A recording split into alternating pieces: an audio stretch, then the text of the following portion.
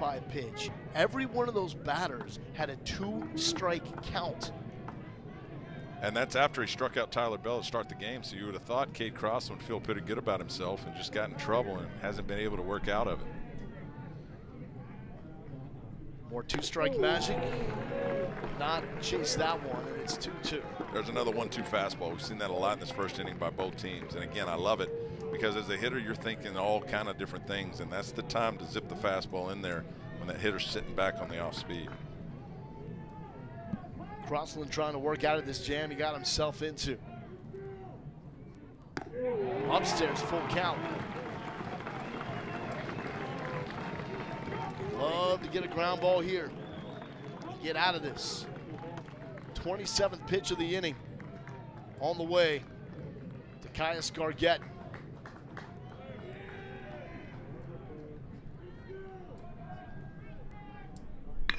Gargett to center field. Jason Walk is there. Lawrence will tag. Hage takes third, and Kentucky is on the board. 5 against Louisville on April 22nd, but injured his groin after that. So up until the opener against OU was just being used in pinch hit situations. He's a team leader, a guy that came into the series hitting .319, #1 on this Kentucky roster.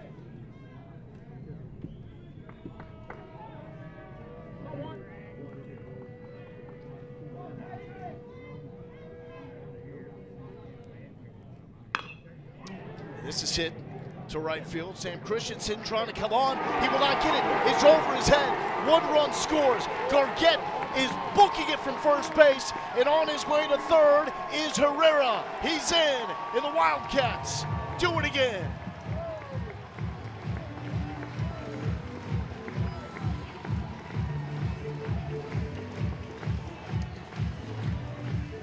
Kentucky takes the lead on the misplay in right off the bat of Pat Herrera.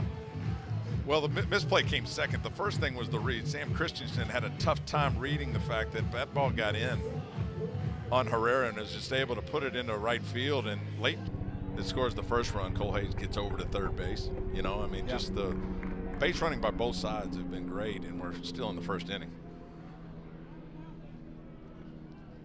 Schwartz hitting .278 in his freshman campaign. That's out, and it's 2-2.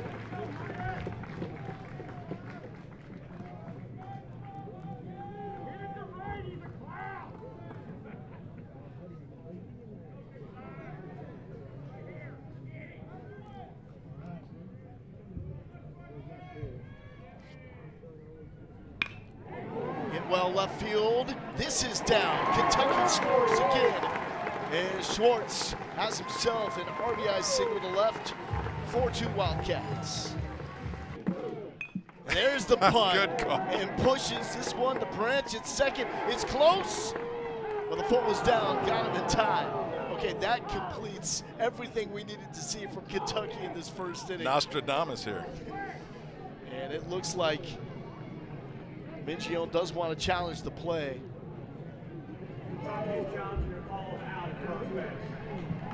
That's a hard deal to do. Bunt it, pull the bunt, because the pitch has to be there. Like in your mind as a hitter, if you predetermine what you're going to do with the baseball, whether you're swinging or bunting, it's very difficult. But if I'm telling myself I'm going to pull bunt this and it's not the pitch to do it, you end up getting yourself out. But that was actually a great bunt. He did get him. And, you know, as a runner for us, they always told us to hit the front of the bag. Look where he steps, right on top of that green bag. They always said even if you miss the bag, if it's going to be close at first, step in front. It gives you that split second, you know, quicker to the bag. That might have made a difference on a play like that. So that review will not go the way for the Wildcats.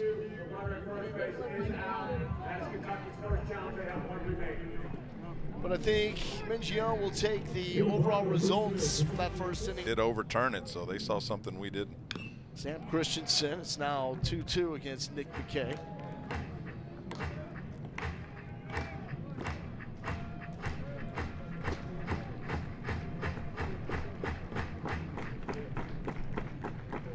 Shift is on, and the numbers will back it up because he is pull heavy. That ping pong's off the glove.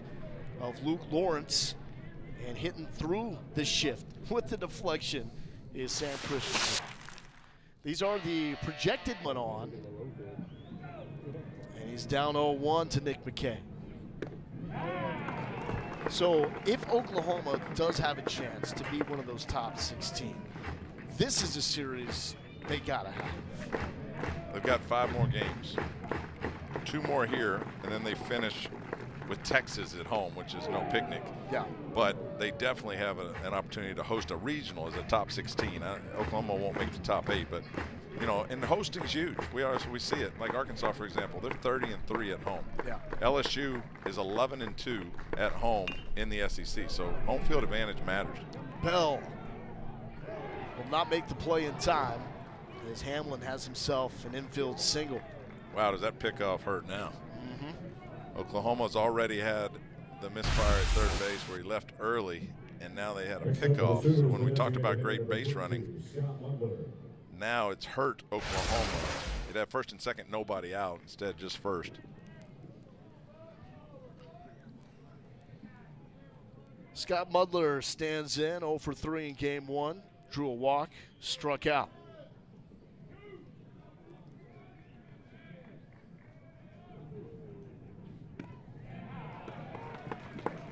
Mudler is Carmichael's backup catcher, but play in the DH spot here today. OU has had to switch up their lineup with Dayton Talkie out with an injury. Broken bone in his leg. Suffered that after a 2-home-run performance in the series opener against Georgia. But Kentucky's like, don't even talk to us about injuries, because we can go on and on and on. Yeah, Nick Mingione told us they've had everybody healthy at the end of the year, last couple of years. This year, 7 guys they depended upon have been out. McKay looking for that spot, will not get the call, and it's 1-2.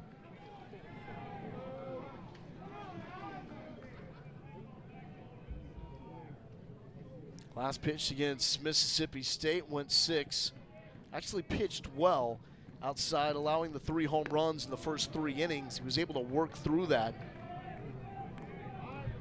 and give the Wildcats a shot in that game. So that's a big part of winning championships, as we know. I mean, you got to have the talent, the ability to do it. You got to have guys do what you don't expect them to do, and then ultimately you got to stay healthy. And we've seen a few teams in the SEC this year. Florida's another one that just been hit by the injury. And I would imagine in this era of the transfer portal, NIL, not wanting to sit and wait, depth isn't quite as prevalent for some of these programs as the past. And you're way more invested now than you were 20 years ago. You know, you invested money, you've brought the guy over with some promises, I'm sure, within the transfer portal. And if they get hurt or they didn't go as well as you hoped, it really affects your group. McKay got him looking. Strikeout number 1, the national active leader in career strikeouts. I always thought the fastball in was such a great pitch for the first strike and the third strike. First strike, as a hitter, you see it buried inside. Now you think you got to get the barrel out, and it messes you up for the off speed. With 2 strikes, I'm looking off speed. I'm sitting back and really waiting on something over the plate. And when he burns that 95 inside on you, you can't pull the trigger. Brings up the number 9 hitter, Dawson Willis. Willis struck out twice in the opener.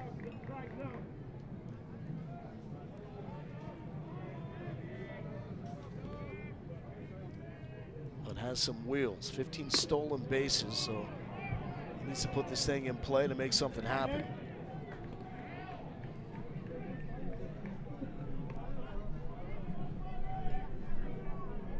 .242 with 4 home runs, and this is junior season.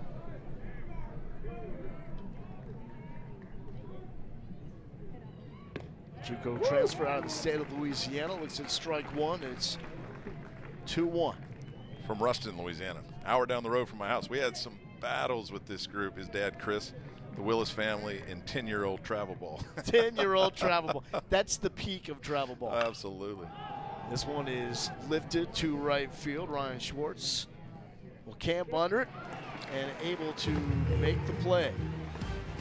So Sam Christensen got on, but Nick McKay was able to pick him off. Nothing on the board there for OU. And don't want to mess with the Gators this time of year. Here's Devin Burks leading off for Kentucky after the Wildcats put up a 4 spot in the first inning. Got to Cade Crossland, or maybe Crossland got to himself. A couple walks, hit batter, loaded the bases. And Kentucky just played winning offense. Get those 4 runs across. But I think it is important to point out that the #1 team in the country has been beat 4 SEC games in a row now. Yeah. Remember, Texas had a big series against Texas A&M 2 weeks ago. Maybe a little headache since then. Go to Fayetteville, get swept, and then lost last night against Florida. So Texas and OU, the 2 newcomers in the SEC. And in the case of OU, some matchups you've never seen before, like OU, Kentucky. And in the case like Texas, some matchups that you don't get to see often enough that you should see every year. Texas, Arkansas, Texas, Texas A&M. This conference is ridiculous. I'm sure that's not breaking news to you, Todd, doing your thing at LSU back in the day, but I don't know if there's ever been this big of a gap between the SEC and every other conference as there is right now. What is there, 30 Division I college baseball conferences? Last year in Omaha, only 2 were represented. We had 4 ACC teams and we had 4 SEC teams. The SEC has dominated the national championship over the last 7 years, winning 6 of them. And another walk, so that's walk number 3. I mean, he plays shortstop. He's a big kid, hits the homers, hitting for 100 points higher this year than he did last year. Yeah, but he was a player. And the brother's not too bad either. Dalavan, the leadoff guy, 5'9", 190, uses all fields, hits for pop as well. That's a good pick right there with the Arkansas Razorbacks. 0-2 count here to the leadoff man, Tyler Bell. That walk, by the way, issued to Devin Burks. That's now 4 free passes. They've all been in 2-strike counts. I think it's just, it feels like Cade Crossland's kind of reached back and trying to get a little extra velocity, and he's just missing high. That was a slider outside. So, you know, when you start missing with your fastball, it's going to affect your other pitches too, and you just don't have a feel. He's got to pay attention to Burks over there at first. Even though he is a catcher, the man can scoot to the 13 in the stolen base category this season.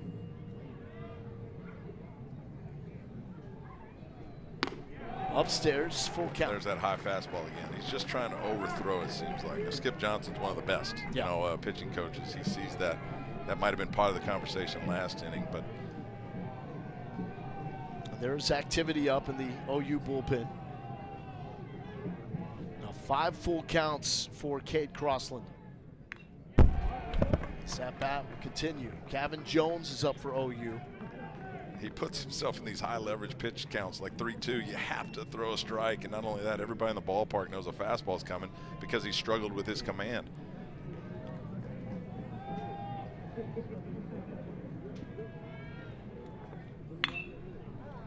Inside, outs that one, out of play.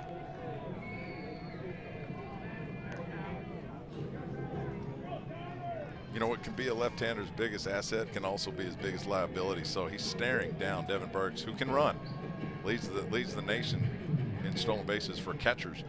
And so you're looking right at him, and as a runner, I always thought you could distract the left-hander a little bit.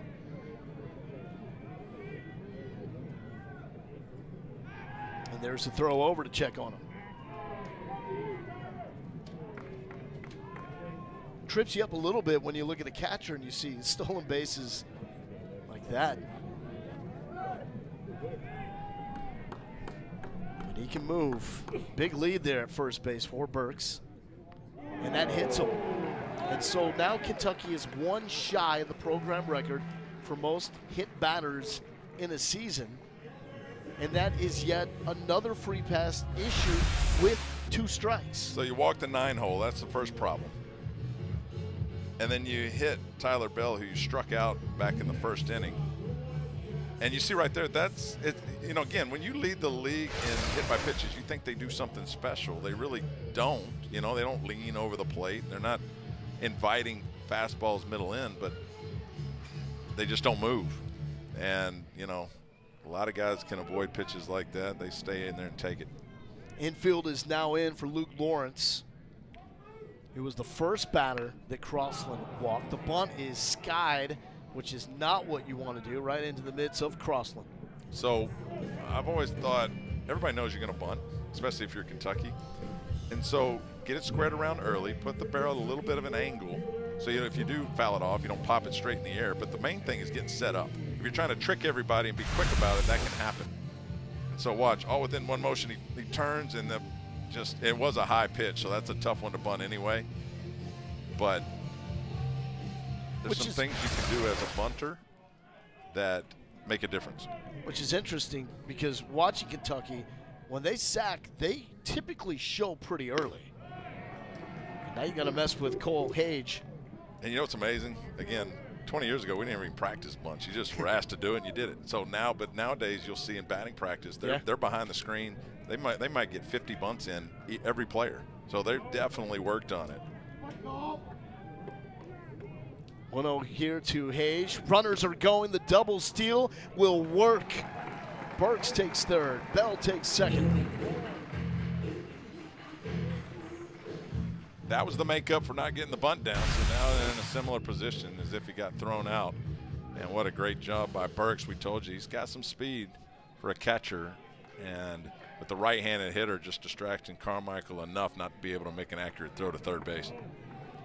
Top two teams in stolen bases in the SEC, but as you alluded to coming into this matchup, into this series, Kentucky was 16 more than OU. Carmichael will give it a look, but it's well out of play. Now 112 for Kentucky in SEC play. OU at 103, and then it's everybody else. Well, that's an overall number. There's no way they've stolen 112 within the league, but I love doing it within the league. I think the league number is like almost 60 stolen bases within the SEC because you're playing the best of the competition. Hage up the middle. Kyle Branch will throw to first, but Kentucky is able to plate another run across. That's another 2K approach where Hage simply does the job. And your three-hole hitter that could probably bench press the entire team, you know, that probably is looking to hit the ball out of the ballpark, just does his job, lets the ball travel in, gets jammed if he has to, gets another run across for the Cats, 5-2. I don't want to call you old school, but for a guy that loves baseball played the right way, is this impressive to you to see Kentucky, the way they manufacture runs? Yeah, and they can do just about anything. That's why Nick Mingione tells us like it's a whatever it takes offense, and he's right. You know, they banged out 90 home runs last year. They kind of got, you know, they get this label that they're small ball because I think strictly because the 3 or 4 will bunt. Yeah. That's why. But they can do just about anything to put pressure on you and hurt you, and we've seen that today. 5 runs, and we're not even out of the bottom of the second. There's McCoy. McCoy out in front. He was hit by a pitch his first time up, came around to score. It's a lot of stuff that Kentucky does that have been forgotten. Nobody really steals bases anymore. Nobody really bunts in the second inning. Kentucky will do it all. 0-2, this has been the issue for Cade Crossland so far today. Not getting to these two strike counts, but finishing from there. 95, so had some juice on that, but not a competitive pitch to James McCoy. I love what Nick Mingione told us before the game, too. Like, it's creating a culture here at Kentucky. That's why you see all the kids out there before the game starts. They're trying to develop. These might be players for us. They might be fans for us. But we want them to love the University of Kentucky. And so we've got 100 kids running around before the game. You called it chaos, and it was. But that's what he does, and that's the kind of the focus. A lot what Skip Bertman did when he first got to LSU. You know, just focus on the little things that make a difference and bring the people out and enjoy the game. And again, there was no secret as to why Nick Mingione brought this program to Omaha for the first time last year. 2-2 to James McCoy. And McCoy is down on strikes. Crossland is able to get out of that threat. But Kentucky, you know, where these wins matter, I think. So when we're talking about Kentucky with 11 wins, the magic number's 13, we all think, to get into the field of 64. So they've got 5 games to do it, and if they don't, they've got the SEC tournament. Jason Walk waves through it. He's a strikeout victim number 2 for Nick McKay. So start looking around some of these first-round matchups. Kentucky, Mississippi State, that would be the rematch of the series we saw last weekend with the Bulldogs beating the Wildcats. But with Kentucky also telling us you never want to be the team that plays the team right after they fire their head coach. And no, Florida and Texas A&M to start this thing off, that would be intriguing. Yeah, gosh, I think Mississippi State's 5-0 since they fired their head coach. But there's some examples, like Gary Henderson took Mississippi State to Omaha that year when they let their coach go. Alabama, a few years ago, Brad Bohannon leaves, and they went 13 of their next 19, made it to a super. So there's something to the team, whether it's they don't feel the pressure anymore of trying to save their head coach, or they play better under a new guy, whatever the case may be. Mississippi State is playing really well. There's Easton Carmichael hitting in the 3 spot. Drove in the first run for the Sooners. Goes back in the first. Single to left.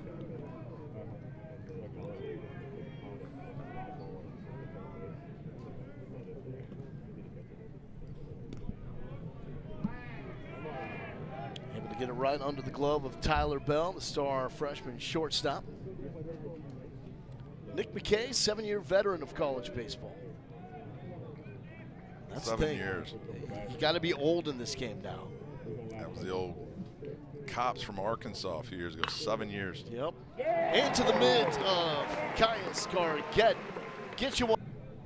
Herrera also has been part of the bruised and battered Kentucky Wildcats. Has been going through the groin issue, so it's good to see him back in the starting 9 at DH for the Wildcats last night.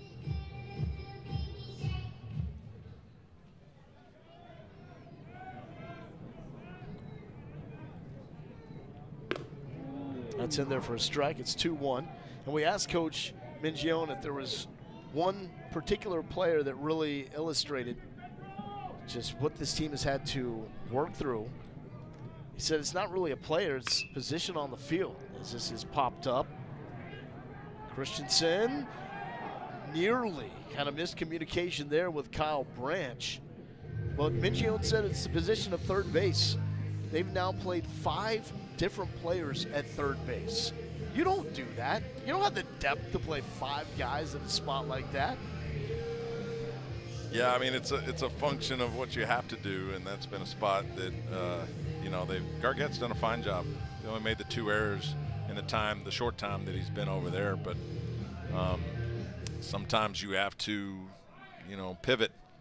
And he told us, you know, they've had so much success over the last couple of years because toward the end of the year, everybody was available. Yeah. Everybody's healthy. This year they've dealt, you know, they've been knocked back a little bit by people getting hurt. There's Ryan Schwartz.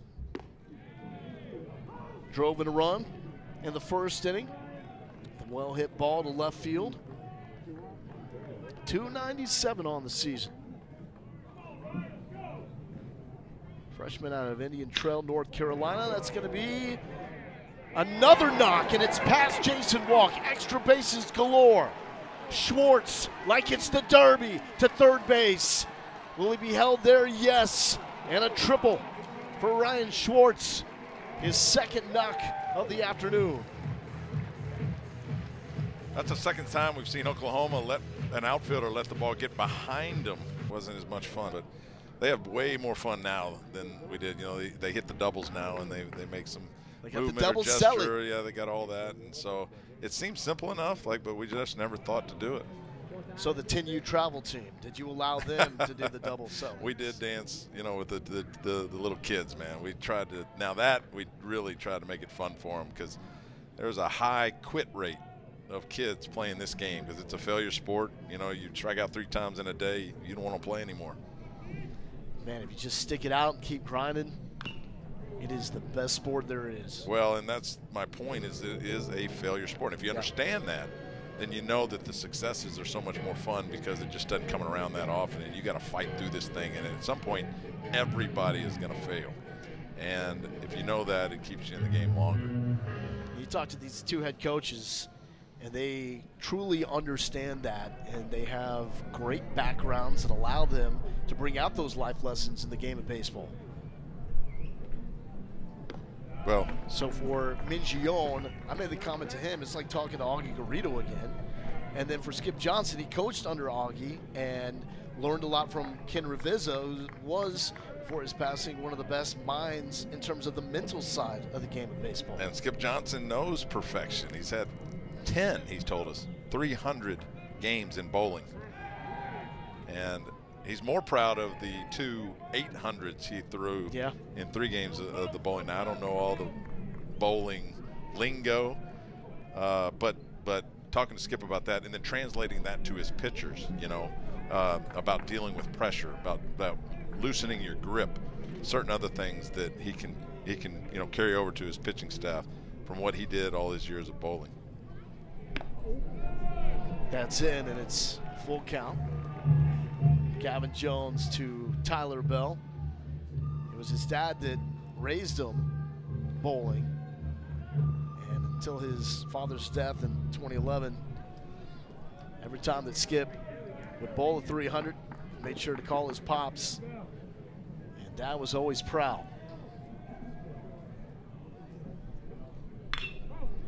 And this is hit to Willis. Willis to second, and there's a double play. That's how you get it done.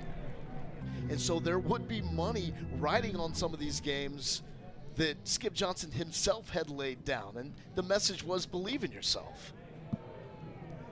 I mean, he uses all this lingo like ringing the 10 pin, and like the lane is slick except for one little spot, and he knew where that spot was, and so he'd aim at it. So when it hit that dry spot, it would catch. You know, I mean, it's fun talking bowling with that man right there, Skip Johnson. Give me a pitcher and some bumpers, and I'm having a good time. That's right. Here's Willits, and that will take care of Luke Lawrence. So Gavin Jones does his job out of the bullpen. We'll talk to Skip coming up next. What's it going to take to get to him? Just trying to separate balls from strikes and get good pitches to hit and try to get some momentum back. Skip, we appreciate the time as always. Thank you, guys. Lifted here That's to right field, going back and up and over, gone. Scott Mudler, that will make Skip Johnson a happy man. And we have seen 3 home runs in this series, all of them barely getting out, going that direction. You get the ball high in the air to the right side with some backspin on it, and it carries to right field. This ballpark kind of plays like 2 different ballparks. It's a graveyard to center field. Like, it is almost impossible to get it out. But to right field, if you get the ball up in the air, it just travels. And like I said, it's multiple home runs that way over the last 2 nights. Willis with a bunt. McKay says, nuh-uh, not happening on my watch. And that fantastic play on Kyle Branch last inning, and does it again. Bunt after a home run. I mean, that's trying to, you know, when the pitcher's thinking about all this other stuff and what he did wrong, you can kind of catch him by surprise. I know that's what Dawson Willis was trying to do, but again, for these little guys that I always used to tell them, it's you either bunt it perfect or foul. Like, don't give the pitcher a chance to make a play. If you bunt it foul, fine, it's a strike, and let's go back to work. But, you know, don't give him a chance. Here's Jason Walk back to the leadoff spot and into the mid. Oh, Ron Schwartz out and right. Here's the home run that just got over the right field fence. Schwartz had a look at it. Oh, may have got the tip of his glove. And he kind of glided from where he started all the way to the fence. That showed you how high that ball was, but also how much it carried. And just barely had a shot. If he timed that out right, it could have robbed him. But Oklahoma gets within 2, and now we've got a little offensive timeout just because of the 2 quick outs. Give their pitcher a little more time in the dugout. So conversation with Trey Campbell. 0 for 1 with a walk. Hit a ball well to right field, caught on the line, and his last trip up.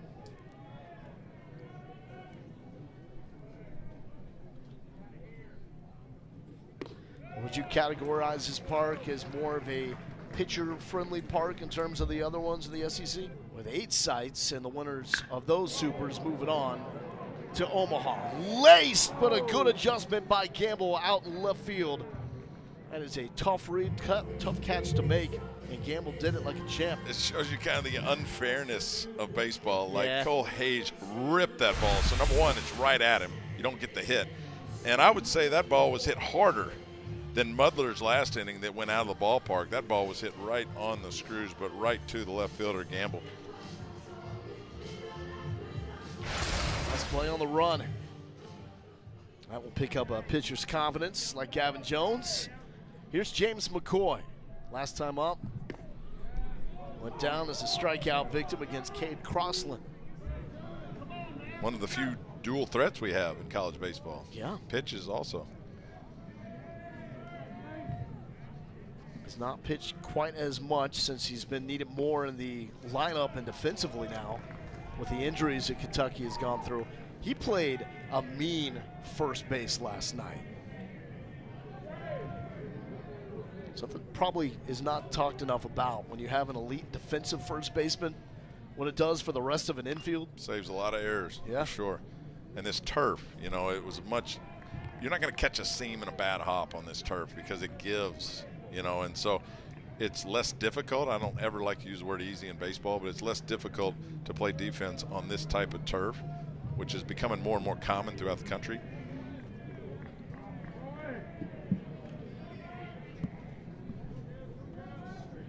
1-2 count here to James McCoy. And McCoy fouls that one off, staying alive. 1 home run on the season. Should have 2, but got robbed in Game 3 in Starkville. A tip your cap moment for James McCoy.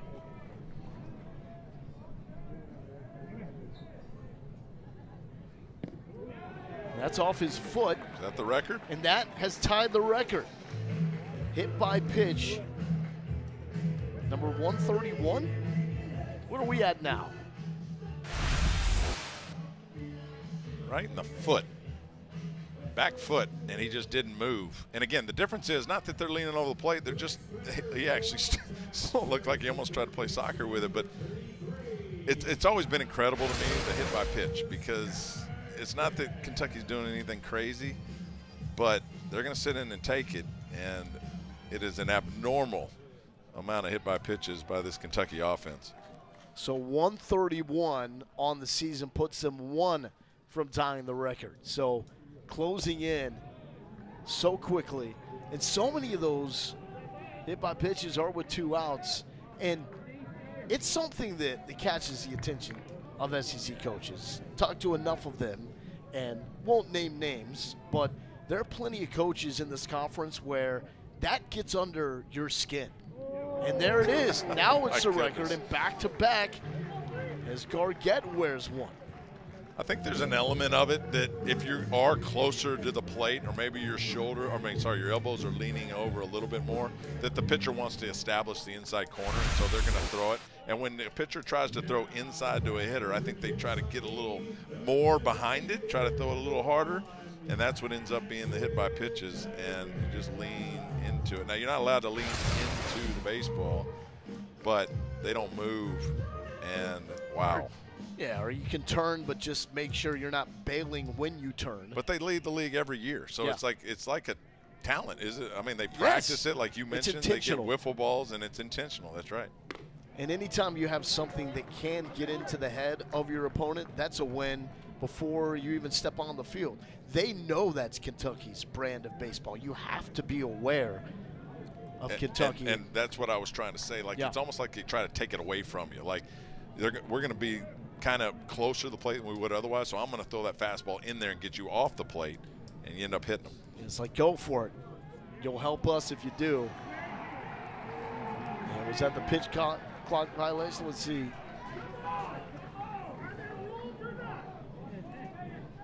Correct. Herrera with a 2-run triple in the first inning to give Kentucky the lead. They have not looked back.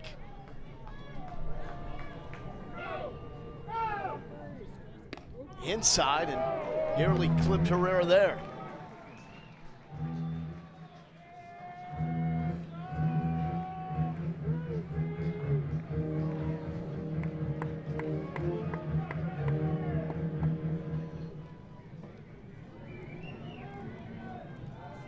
3-0.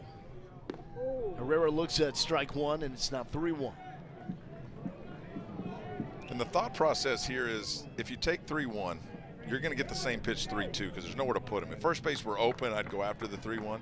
But 3-1, first and second, the next two pitches have to be the same pitch. So takes out the element of like trying to hit a ball with a little too much aggressiveness on a 3-1 count and getting yourself out. Go ahead and take strike two. Now it's 3-2, and it's got to be a fastball. And just trust yourself. You're not going to wave at anything off speed. But that would be pretty gutsy of the pitcher to throw an off speed first and second with one out. You got Schwartz coming up after this, who's been hitting the ball very well. He's got 2 barrels on the afternoon so far, and here's a timeout and a pitch clock violation.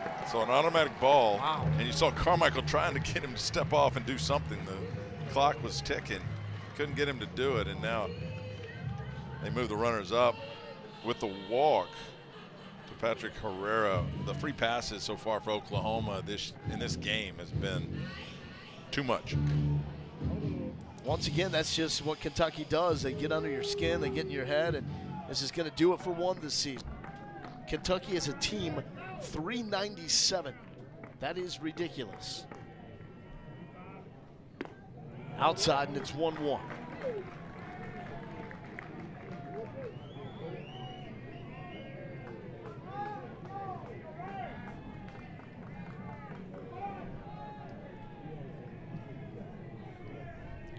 Wildcats trying to break this thing open.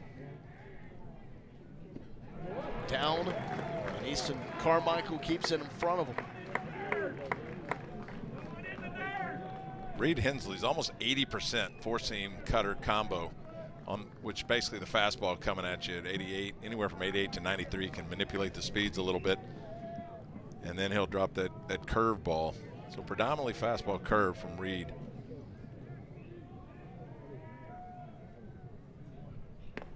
Boy, he was thinking about wearing that one. It's 3-1.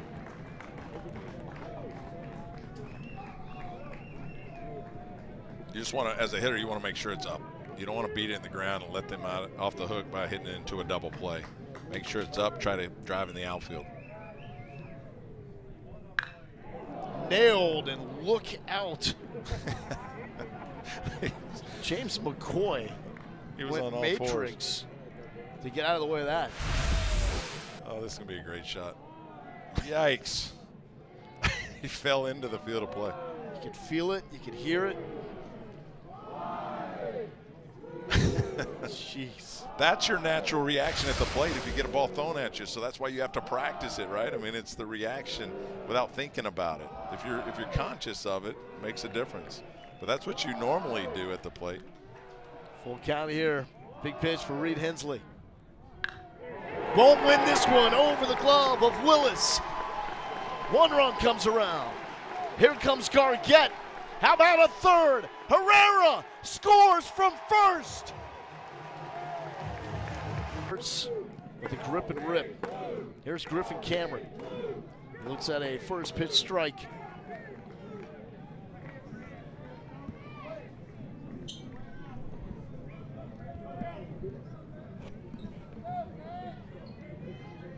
A couple of putouts for him by Branch over at second base. And how about a third? That does move up Schwartz to third base for Devin Burks. Yeah, but there's no advantage to getting over to third base with 2 outs. And so as a hitter, obviously you're trying to get a base hit to drive him in. Devin Burks, this has been one of the biggest problems for Oklahoma. Not that Devin Burks is your prototypical 9-hole hitter, but they've walked him twice. If you told me in a game we're going to walk the 9-hole hitter more than once, yeah, there's problems there's there, going to be some big problems. You roll the lineup in it over to your better hitters. But Devin Burks has hit 3 and 4 for this Wildcat lineup over the years, you know, so he can hit just about in any spot. We've talked about his speed, and he's basically working right now as a second leadoff hitter out of the 9 spot. And when it comes to the metrics, he's got the best exit data, ball off the bat, 23 balls put in play at 100+ this season. And so that is a team best, 15th best in the SEC. So he has the ability to get the barrel out and do some damage. Hensley will try to stop the bleeding here, 0-2 and 2 outs. That's down. Burke spits on it, and it's 1-2.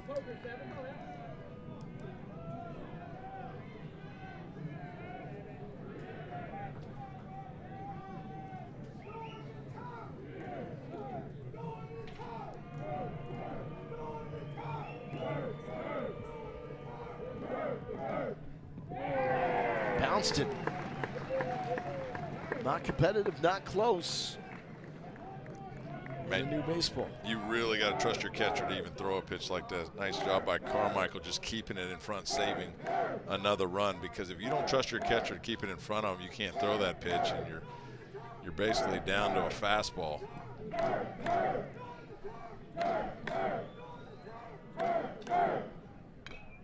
Burks fouls it back.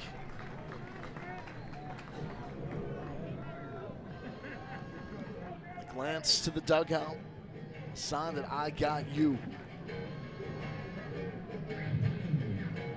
Two-strike approach has been key for Kentucky so far today. Trying to close in on winning this key SEC series. And Burke. A big deal in college baseball, and that's what Skip was talking about. McKay with 3 strikeouts and 1 walk.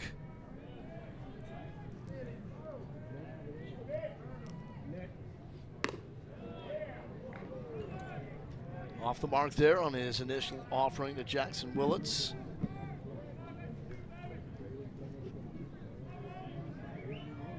And a quick toss to first base, checking on Carmichael. Was now 4 for 8 in the series. One of the top bats in the SEC.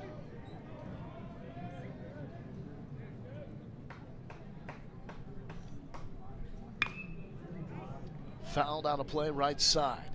It's not a situation where you really are going to try to steal. You're down by 5, so it really becomes a station-to-station situation for Oklahoma, especially when you got your 4, 5, 6 coming up.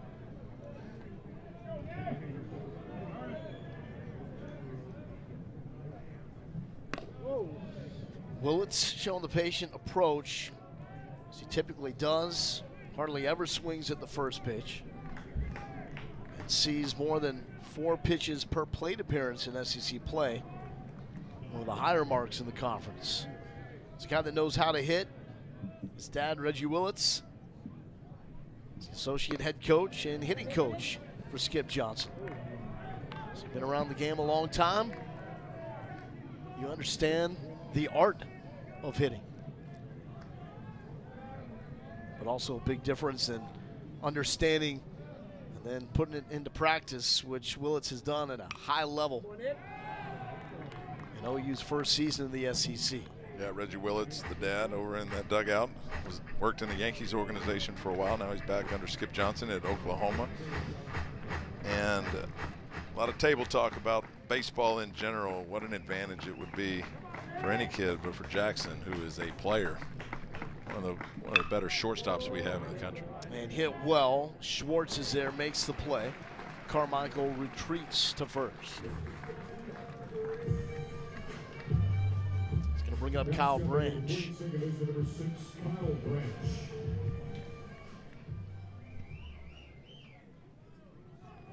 Oklahoma has given away a lot, but they've had a lot taken as well. A couple line drives back in the 3rd. That ball was hit right on the screws to right field, and a lot of baseball depends on luck where it lands, and Oklahoma has not had much of it today.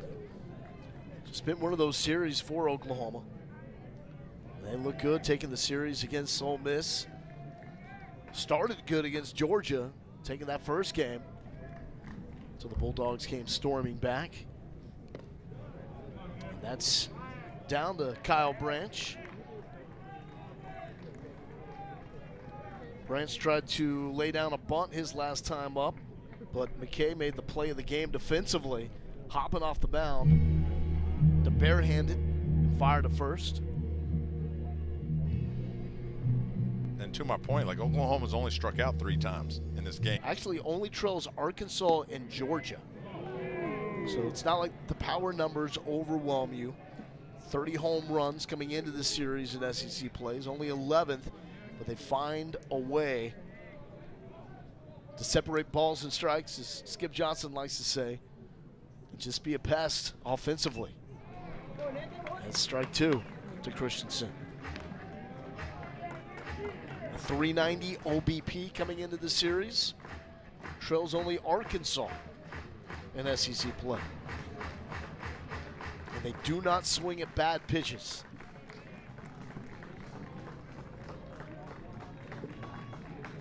Two from Nick McKay, 7-year veteran. Count runs full.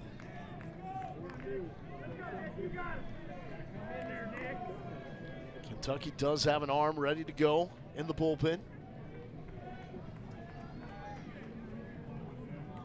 88 pitches now for Nick McKay. That will help the confidence as Christensen is down swinging. Strikeout number 4 for McKay. Only 4 for McKay, but he's been efficient. Nice changeup, just drops below the barrel of the bat on a 3-2 count when the hitter's looking dead red fastball and trying to put a charge into it. That's when the changeup works, and just right up over the top. Man, again, I just think about the veteran mentality for Nick McKay, who's been pitching a long time in college baseball, and his ability to get through the first and then be dominant from that point forward. It does not seem to be phased at all by being on the big stage in the SEC. Feels very comfortable on the bump.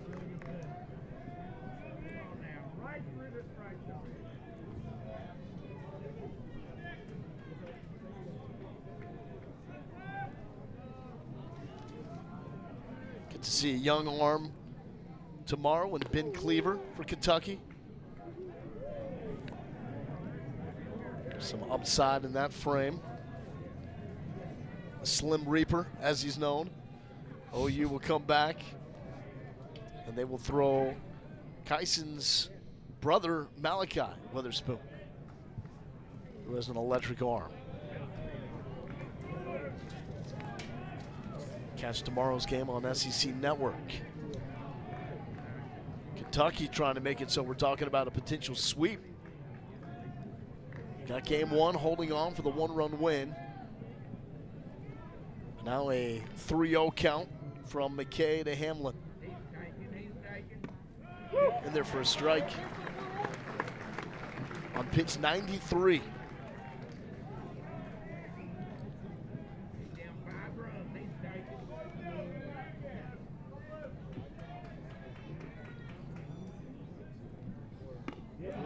Looking, full count.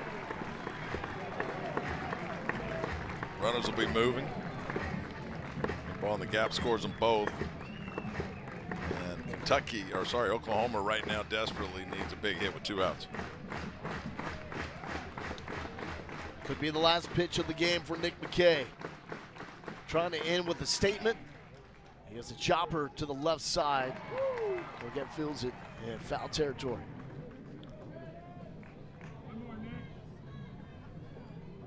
Back to the dugout, guys. Keeping the charts, need to pay attention. Got a little surprise, a little wake-up call from Gargett. Nickman alone does have the walk. Led off with a base hit by Carmichael. 1 pitch away from shutting him down in this inning. Upstairs, bases loaded off the second walk this inning. Only the 3rd of the game for McKay.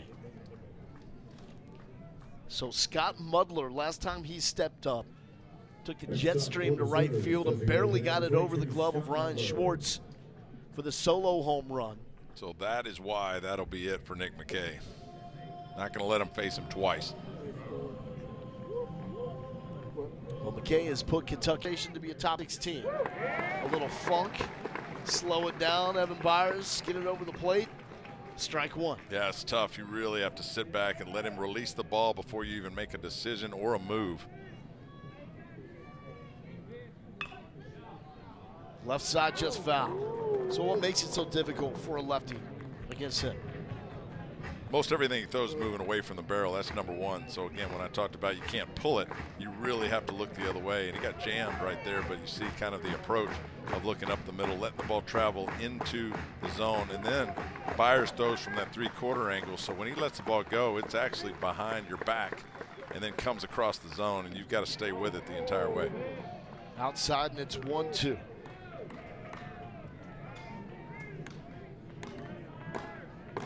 And this is where you look off speed tempo, just that little spinner, the frisbee in there, and stay back and on it. Byers, a little low.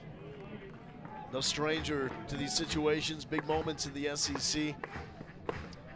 Entered this series with 14 appearances in SEC play, tied for the most of the conference. This is number 15. 2-2, hit well, right field, it's down, fair. Oklahoma back in this thing. Carmichael scores. Branch does as well. Hamlin will check up at third base.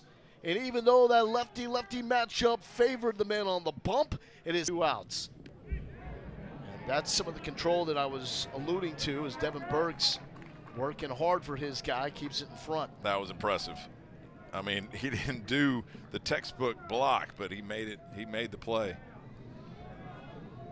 Hamlin on third, Mudler on second. Catches it, and it's 1-1. Slider has a high whiff rate, about 50%. And so you'll see him use a ton of that against the right-handed Willis. 0 for 2 so far today in game 2. Hit well center field. Griffin Cameron trailing back makes the catch on the retreat. Nice play for Griffin Cameron. First and then Omaha. You know what I love about squeeze play? You What got is that? Chris Burke and Mike Rooney, who Polar I look forward to opposites. Omaha, polar opposites, who I look forward to Omaha because I get to sit at the lunch table or whatever and talk baseball with these guys who Yeah. are so knowledgeable, you know. So that gives everybody an opportunity to do the same thing, the squeeze play. I mean, these two guys really know baseball, and the lingo that Mike Rooney uses is like different than anybody else. He's from a different planet. They play a lot of baseball on that planet. But he's just one of the most fun-loving, genuinely great human beings that you will ever meet. He seems like he knows everything about everything. So both those guys really great on that stage of squeeze play. Tyler Bell leading off. He's got an 11-game hit streak on the line, 0 for 2 today. That hit streak coinciding with him moving into the leadoff spot. He's looked mighty comfortable there. 1-2 count here from Reed Hensley. OU in the shift. Just hit through it, why don't you? Will it hang up? And it does. Christensen makes the catch right on the tip of that warning track.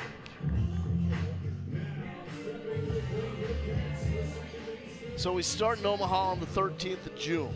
Got 8 teams divided into 2 pools, double elimination format, and then the winner of each of those pools moves on the championship series, where it's a best 2 out of 3. Yeah, that's for the College World Series. In Omaha, we had the same format back in 1993, but when we played the final, it was 1 game on a Saturday on CBS at noon. The great Mike Patrick, who just passed away, Legend. he did that game, and so when I hear his voice now more than, you know, back then, it brings me back, man. Just really cool atmosphere in Omaha during that time of year. It's just one of the best scenes. You know, a lot of times you hear about, you got to do this, got to check this out, and go, and it doesn't live up to the hype and the expectations. Omaha does that and then some. If I you would love say- baseball, that's the place. I would say the same about Hoover, too. And you know, what's cool about Hoover, it's not overly packed. So you can come sit down in the middle of the whole stadium, grab some lunch. They got 4 baseball games going on Tuesday and on Wednesday in a couple weeks. So that tournament, yeah, in Omaha is just special. There's Luke Lawrence trying to get these Wildcats back to Omaha, as Kentucky ended up there for the first time last season. And Lawrence, transfer from Illinois State, is aboard. Is that 10 for Oklahoma? 10 Yeah, now. 6 walks and 4 hit by pitch. You don't win. You can't win when you got a good hitting team like Kentucky and you also gift them first base. And this is abnormal for Skip Johnson, Oklahoma pitching staff, and you tend to see it more on the road than you do at home for whatever reason. I don't think they're overly nervous or anxious out there. It's just a different atmosphere. Well, it's just baseball, as you know. Sometimes you just get these fluky series, as that's another violation of the pitch clock. So that will be a ball. But you look at Kentucky and the way they looked at Mississippi State. That's not Kentucky baseball. And Coach almost laughed it off, saying, you know, we were pretty bad in moments in game 1, battled back, had some good ABs in game 3, but ultimately didn't go our way, and we'll recover and respond from that. Well, I think there might have been moments, but overall he did like the way his team played. And back to what we talked about, they've lost 8 one-run or 2-run games within the SEC, meaning that the Wildcats are in every game they play. They fight, you know, and I think every skipper would say that about their club, but they fought during that series. You know, a lot of it's when you catch a team in the schedule too. Like you catch Mississippi State now is much different than if you caught them in the first couple weeks of the season. Same with Florida. You know, these teams that were struggling early that now are red hot. A&M, a third team, and I think it's a fight between Kentucky, Texas A&M, Florida, and Mississippi State to get into the field of 64. I think that, you know, because that. If 3 of the 4 get in, that's 13 schools of the SEC. So you start comparing resumes, and not to pick on Mizzou, but it's something you have to do. Not everybody is playing everybody. So Kentucky does not have Missouri on the schedule, a team that was winless up until last night when they came back to beat Texas A&M. That's going to be somewhat of a red flag on A&M's resume, as Hage takes this one to left field, but caught on the line. Yeah, so what I'm saying is I think 10 teams in the SEC are locks to get in the field of 64. Then you got those 4 that I just mentioned that are on the bubble, and that's why these games are so important for Kentucky, you know, to start stacking those wins with 5 games left. Here's James McCoy. He's been hit twice by this OU staff. And Skip Johnson of left field looks at strike number 1. First time up, walked, lined out to right, struck out looking.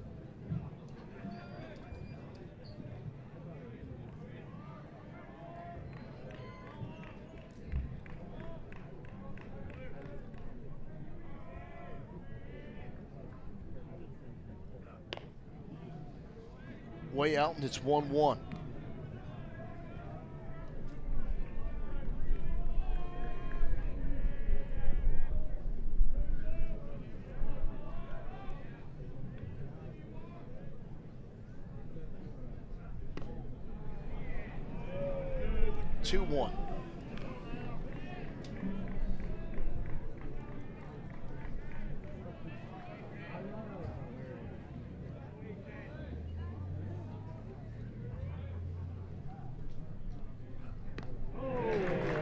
Swinging through, and it's 2-2. Gamble with an 8.4% chase rate in SEC play. That's the best in the conference coming into this series. Next closest is Rylan Galvan from Texas at 13%. Yeah, best meaning low, like not very often. He's not going to flinch. He knows the zone, yeah. Unless you're putting it in the zone. And now this is a situation lefty on lefty where you loosen up a little bit. You know, he doesn't have to drop a fastball on you, but you kind of think he might. And this is the deal where you might be able to get the barrel out. He didn't do it. He's looking. And you can outguess yourself too. Like in this day and age, 3 and 2s aren't necessarily a fastball anymore. And so if you have even the thought that he might throw some of those pitches he threw on the outside corner, a slider or a cutter, and you'll freeze up on that 4-seamer middle end, and that's what happened on a 3-2 count.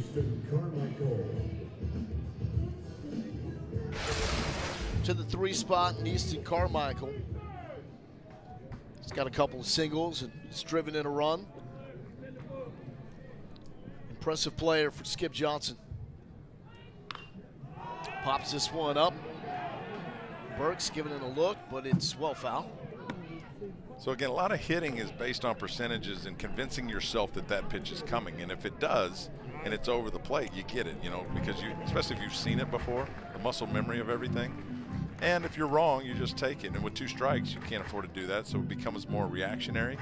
But for me, like in that the 3-2 count, you sell out to the fastball, and if you don't get it, you strike out, you know, because you're going to try to get that barrel out in front. But at least you don't freeze up. Like, I don't mind striking out swinging, but it really drives me crazy. And I've told all my kids that, don't take strike 3. Like, I don't care if you swing over your head. Bat off the shoulder. Popped up to Ryan Schwartz. Quick inning there for Ethan Walker. Good over at third base. And has embodied the Kentucky way of just finding different ways to get it done. He was hit by a pitch his last time up. And laces this between Willits and Willis for the single to left field. It's all that weightlifting he did when he was 10 years old. That's right, national champion deadlift. Ambushes the first fastball here in the bottom of the 7th inning. You've had 3 at-bats already in this game. And the more you get comfortable with the tempo and the timing of everything, you're more likely to go after a first pitch, especially when you know it's coming. And he gets a grooved fastball in there, leadoff base hit for Gargett. Here's Pat Herrera. Had the triple off that awkward bounce, little half swing, and this will go foul. That triple off the bounce over Christensen's head in right field. The slash, Yeah. like what we talked about with Kentucky, it's amazing. Like, they do things still that people don't do anymore. Yeah. You know, I mean, there's not a lot of stolen bases going on really anymore. There's not a lot of bunting early in games, and there certainly isn't what you just saw right there. No. Like a square round a bunt, move the defense around, and then pull it back and try to slash, which works if you can put it in play, but it's not something that people use. And Kentucky, like Nick Mangiones told us, whatever it takes, man. Showing bunt now for Herrera, slashing again, and just taps it to Hamlin at first base, and it does the job of a sac bunt, moving him up 90. So my deal is, I would argue at that point that it was a sac bunt. If I'm the hitter, like, you don't want the plate appearance, right? Yeah. Versus like a check swing. You don't want the average to go down. Right, that's right. You got the job done, and it was like a half swing, I guess, but gets the job done nonetheless. They're trying to do, get them over to scoring position with 1 out. You bring up a great point about the things that Kentucky does that you just don't see in the game anymore. If you watch them for maybe not 1 series, but give them 2 series, Skip Johnson will make a change on the mound. They'll do pretty much everything you can possibly do offensively in a game. All right, you calling for it here with Ryan Schwartz. You definitely be going for it. Like, it's in your mind. This game ain't necessarily out of hand, but it was a few innings ago, but he needs the home run for the cycle. Has not hit a home run in this his freshman season.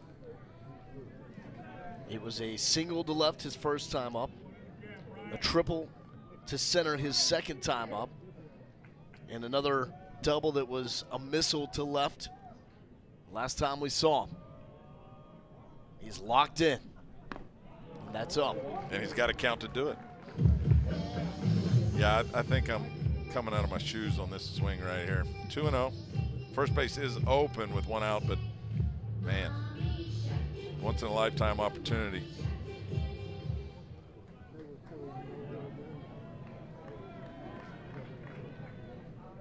(2-0). Schwartz can be aggressive.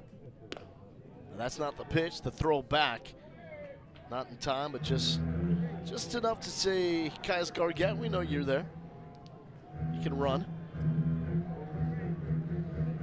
We'll see Kentucky very aggressive with the secondary leads. 3-0 count here, you get the green light? No, not with 1 out.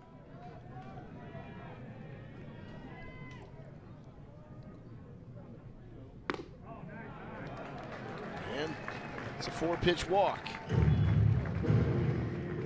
So going for the super cycle, I guess. Get a walk, maybe a hit batter in there, and then a home run. Still a great day. On base all 4 times out of the 7-hole for Ryan Schwartz.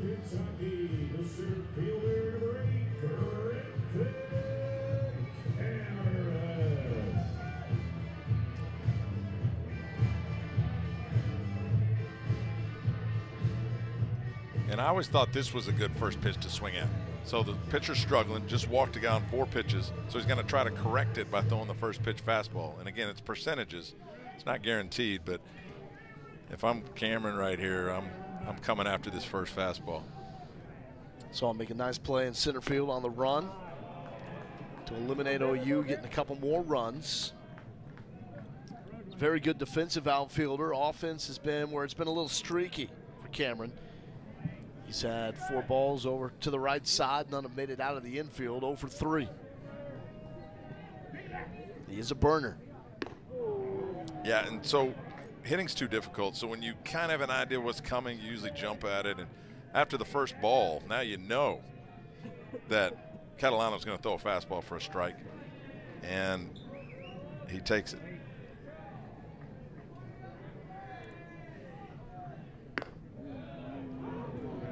One, two.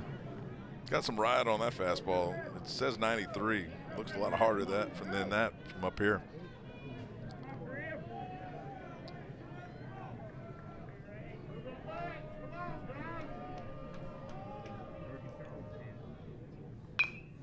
And how real is that? Guys that you used to face in your playing days where it looked a lot harder than the gun said it was. Nowadays, the guns are 100. You know, we didn't – I always say that I feel like the reaction time was the same from a guy throwing 95 20 years ago till 100 now. Yeah. You know, the guns are a little elevated. But a little hot. A little hot, but we didn't measure spin rate and all that type of stuff. But there were some guys that got more strikeouts than others because they were able to throw that high spin rate, which means you throw the same pitch at the same velocity and it ends up in a different spot. That's spin rate. And we had Brett Laxton, who had a College World Series record, 16 strikeouts in 1993. He threw 130 some odd pitches in that game, complete game, threw 7 sliders, all fastballs. Struck out 16. I love that what story. You're good at. Well, I love that story because in this day and age, when a kid comes up to you and says, "Hey, I got 5 different pitches. You know, I can do this and that." A lot of guys at the highest level only master 2 pitches. You know, like Tom Glavine, I think about. You know, certain guys that. You know, and really Tom Glavine was just, for me, a left-hand hitter, just cutters, you know, away, and was just, he had mastered it. And that story with Laxton, you know, just all fastballs, struck out 16, shaking a lot, putting a little doubt in the hitter's mind makes a difference. Down the line into the mid of Hamlin and makes the play. But he was a high spin rate guy that we didn't know at the time. You just knew it was different. Right.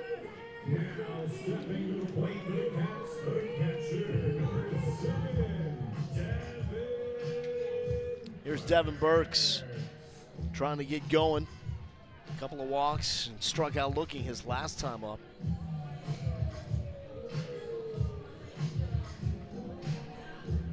Trying to get insurance where you can in this SEC race. Not for the timid, I'll tell you that much. Big boy baseball they play in this conference. 5 games left. Kentucky's at that 11-win mark. We all think the magic number's 13. And you think of a game like last night, they won a 1-run game, and now this one. You just can't let these get away this late in the season. Burks out front, and it's 1-1. So this is huge for Kentucky. I think more so than Oklahoma. Oklahoma's already in, I think, the field of 64. Kentucky's fighting to get in.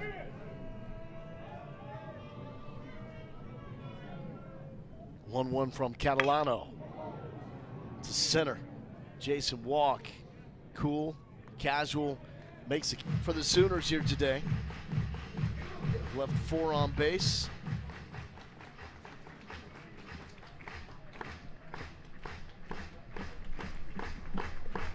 Mudler in the 8th spot has been the biggest threat.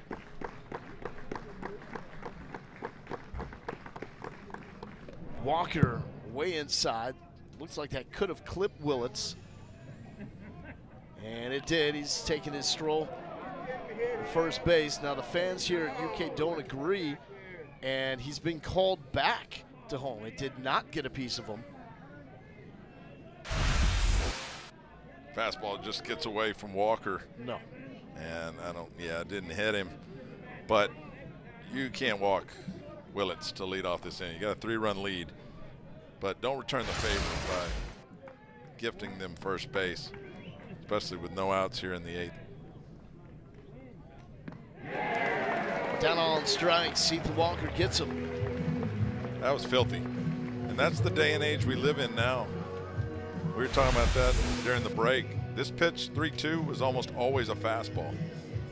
And Ethan Walker has the ability to land a slider. When that hitter's looking fastball and trying to get the barrel out, not going to miss, and dead red and all the things you think about as a hitter, when they drop an off speed on you, that's the way you're going to look. And it's just a nice pitch from Ethan Walker.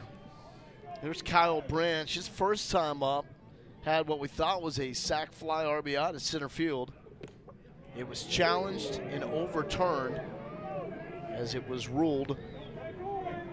Runner from third base left early. Still, I don't think we saw enough in that review sequence to warrant overruling a call on the field, but it certainly was a momentum changer in favor of Kentucky, and that gets away from Gargett. Fair ball. Branch motoring to second base. And Branch standing on second with one out. That was going to be a difficult play for Gargett, even if he gloves it down the third baseline.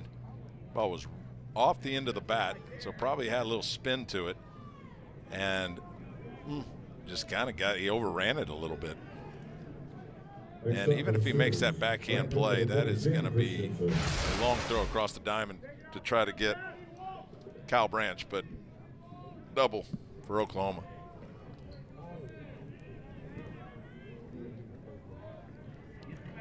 Sam Christensen steps in. Throw is not in time, but letting Kyle Branch, we know you were there. Yeah, I never really quite understand that, except keeping him close in case there's a base hit. Maybe he doesn't score, but he's not trying to steal third, especially with a left-handed hitter and a clear view for Burks over to third base. Off speed off the mark.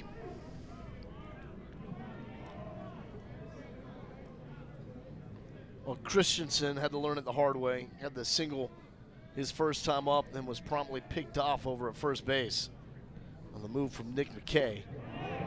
And looks at strike one here. It's 1-1.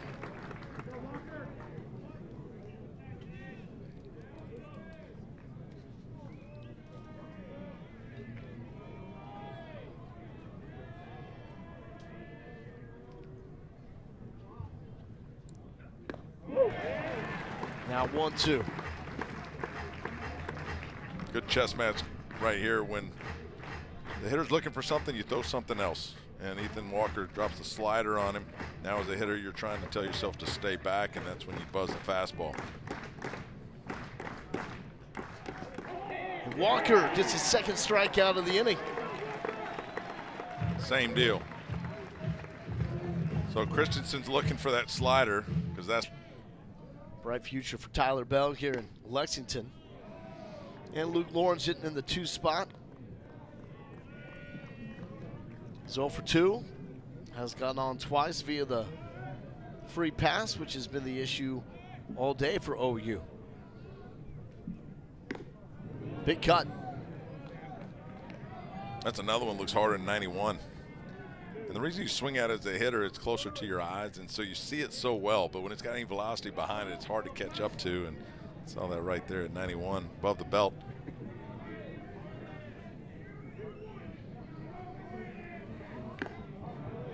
And another swing and a miss, so Michael Catalano providing some difficulty for the UK hitters here.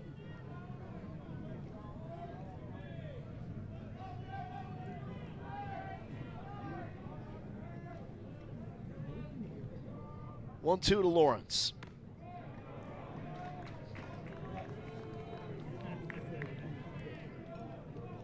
It's been a perfect day here at the ballpark.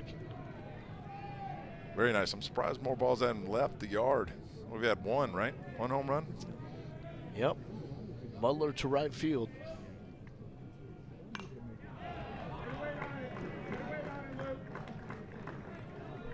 It's a good break from the game of college baseball, kind of going more towards the gorilla ball end of the spectrum recently. You need to sprinkle in some. The offense since 2023 has really taken an uptick since the BB Core was introduced back in 2011. And they really got a grip of the trampoline bats in the late 90s. You know, and then you didn't have a whole lot of offense, you know, through 2000, 2015, and then they came up with what they called the tightly wound seam baseball, you know, and then the offense started an uptick at that point. But yeah, I mean, throughout the country, they're averaging over 7 runs a game, and the offense is back in college baseball. I'm a fan.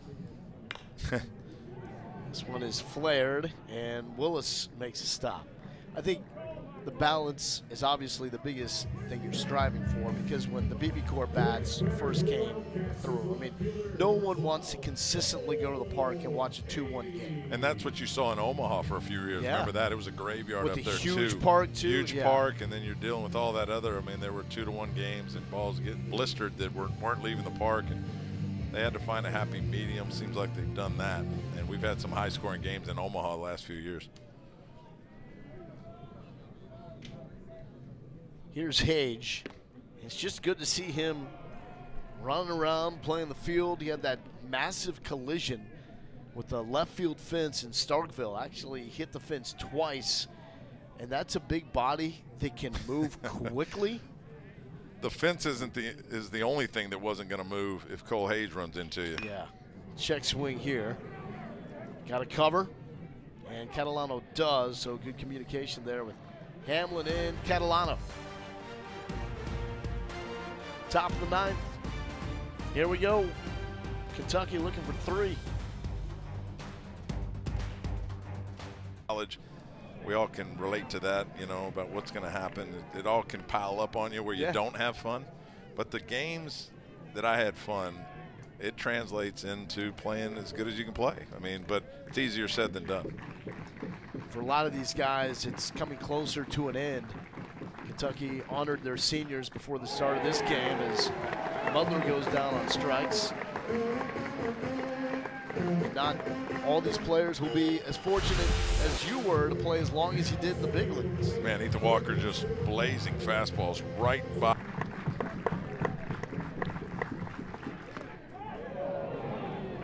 One, two.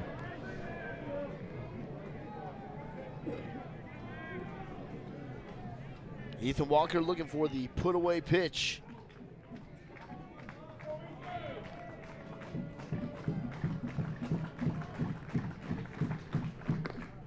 Won't get it here. A couple more pitches to work with. Kentucky has had a fantastic bounce back. First time in 21 series that they were swept in SEC play at Mississippi State. They've come back strong. 1-run win last night against OU. Holding on to a 3-run advantage here. And they had to respond. A gutsy 4 spot in the bottom of the first after OU put up 2 to start the game.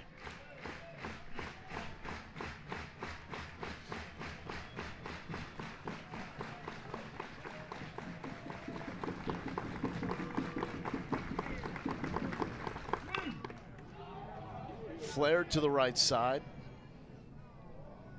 And if there was not a net there, souvenir time. But look at that.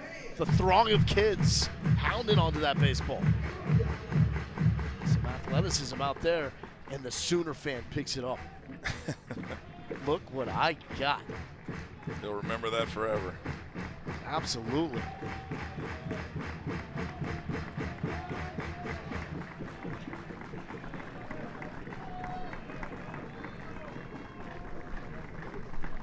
Two-two. Defensive swing. Another opportunity for Souvenir. Kentucky really doesn't have a closer, but I like what Ethan Walker's doing. Predominantly fastballs. Let's fill up the zone. Let's go get them, especially with a 3-run lead. Don't mess around. This 2-2 is important because you don't want to walk this guy. So you got 2 pitches to play with. This, to me, is a shake fastball count. Put a little doubt in the hitter's mind, but go right after him. Pitch number 8 to Dawson Willis. And still fighting. That's Walker continuing to go at him. Yeah, and again, that's what you should do. Told you the story last night of a game I watched where they didn't go after him. On a 3-2 curveball, walks the guy, gives up a game-ending home run. Don't get cute.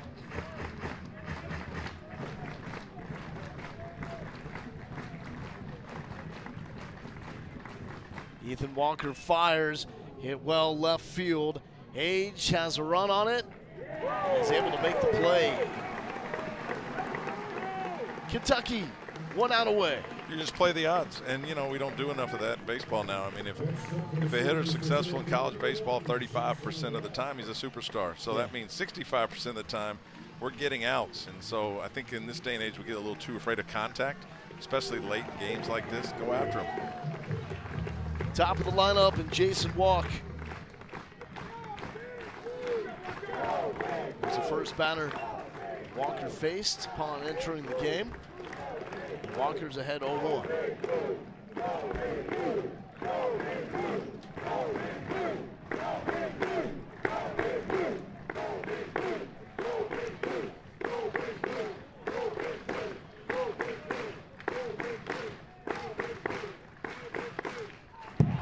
One strike away.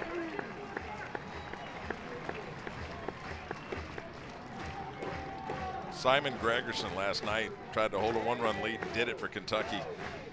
That closer spot's tough. And now Ethan Walker out there asking him to do the same thing. A little bit bigger of a lead.